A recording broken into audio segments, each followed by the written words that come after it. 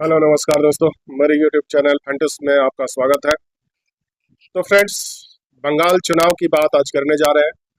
बंगाल चुनाव बहुत ही अब नज़दीक समय में आ रहा है। पहला चरण का मतदान होने वाला होगा और बहुत जल्द ही होगा। तो भाइयों, बंगाल में इलेक्शन कमीशन ने ममता बनर्जी की चूड़ी कस दी है।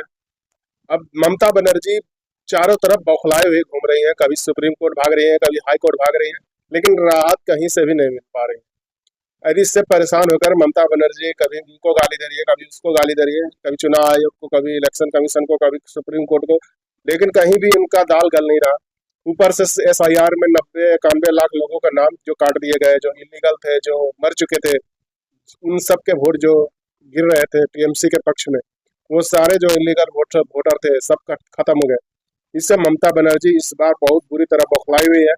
और उनका टीएमसी जो काडर है, जो टीएमसी का कार्यकर्ता है, उसमें घोर निराशा छिपी हुई है।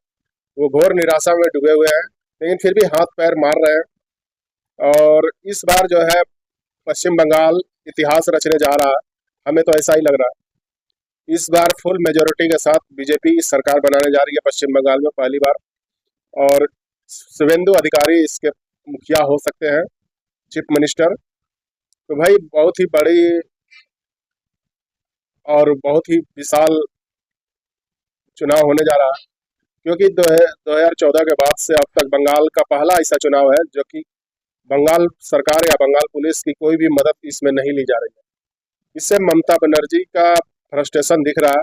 उन्हें दिख रहा है कि अब ये चुनाव मेरे हाथ से निकलता जा रहा है। इससे भी वो बौखलाई हुई और परेशान है। उन्हें समझ नहीं आ रहा क्या करे ना करे। और इधर योगी जी ने भी आकर हवा टाइट कर रखी है। योगी जी के सामने शुभेंदु अधिकारी ने दंडवत प्रणाम करके पूरा मैसेज बंगाल को दे दिया कि भाई हमारे जो भी हो, लेकिन साधु सन्यासी का सम्मान हम लोग करते हैं। इससे और भी ज्यादा चुड़ मची है। अभी आपने एक वीडियो देखा होगा वायरल होते हुए, एक टीएमसी की रैली चल रही थी। अब उसी में किसी को मालूम चला कि बगल में ही बीजेपी की भी रैली हो रही है, वहाँ योगी बाबा आए हुए हैं। बस सारे दौड़ दौड़ के भागना शुरू कर दिया वहां से।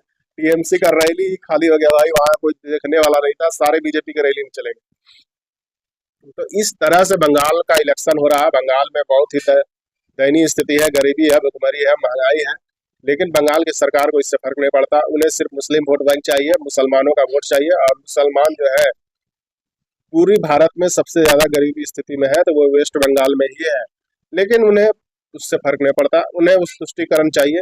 तुष्टिकरण करते रहिए, उन्हें कुछ मत दीजिए, भुखमरी के शिकार रहे, लेकिन उनका तुष्टिकरण होना चाहिए, उनके पक्ष में जो भी हो करना चाहिए, तो वो खुश रहता है। इसी कारण से बंगाल की सरकार, आप देखते होंगे, हर पर्व में, हिंदुओं का पर्व में जो भी है, रामनवमी है, दुर्गा पूजा है, सरस्वती पूजा है, हर तरह के रोक लगा दिए जाते हैं पश्चिम बंगाल की सरकार की तरफ से। इससे वो जो विशेष वर्ग है वो खुश हो जाता है। यही सब कारण से बंगाल की सरकार का 15 साल का एंटी इनकम्बेंसी सारा फेल्योर दिख रहा है। अभी तक आप सोच सकते हैं बंगाल में 7वां वेतन लागू नहीं हुआ। हम लोग के यहाँ भाई बिहार, यूपी या दिल्ली कहीं भी 8वां 9वां वेतन चालू होने जा रहा है। यहाँ पे 7वां वेतन भी लागू नहीं हुआ। सोच लीजिए क्या स्थिति है बंगाल की। बंगाल में बहुत बुरा स्थिति बना हुआ है। और बंगाल का चुनाव इस बार बदलाव का चुनाव है। और ये मत सोचिएगा कि ये चुनाव आयोग बदलने जा रही है या सेंट्रल फोर्स बदलने जा रही है। इस बार बंगाल की जनता बंगाल के लिए अपना चुनाव मतदान करने जा रही है। और इसमें 80% 70% जो हिंदू मतदाता है उनका ही इस बार असली या निर्णायक क्षण होगा इस बार वोटिंग करने में। तो भाई हिंदू भाइयों, आप लोग मतदान करिए और बहुत चढ़ बढ़ कर मतदान कीजिए, तभी आप बंगाल में सरकार बना पाएंगे। नहीं तो जानते ही हैं ममता बनर्जी ने किस तरह का आप लोगों के साथ 15 साल से किया है। तबाह बर्बाद कर दिया, घर लूट लिए, आग लगा दी, आपकी बहू बेटी की इज्जत नहीं बची। इसलिए आप लोग इस बार बीजेपी को वोट दें। जय हिंद, जय भारत। आप लोगों को मेरा वीडियो अच्छा लगा हो तो आप लोग मेरे चैनल को लाइक शेयर सब्सक्राइब जरूर करें। जय हिंद।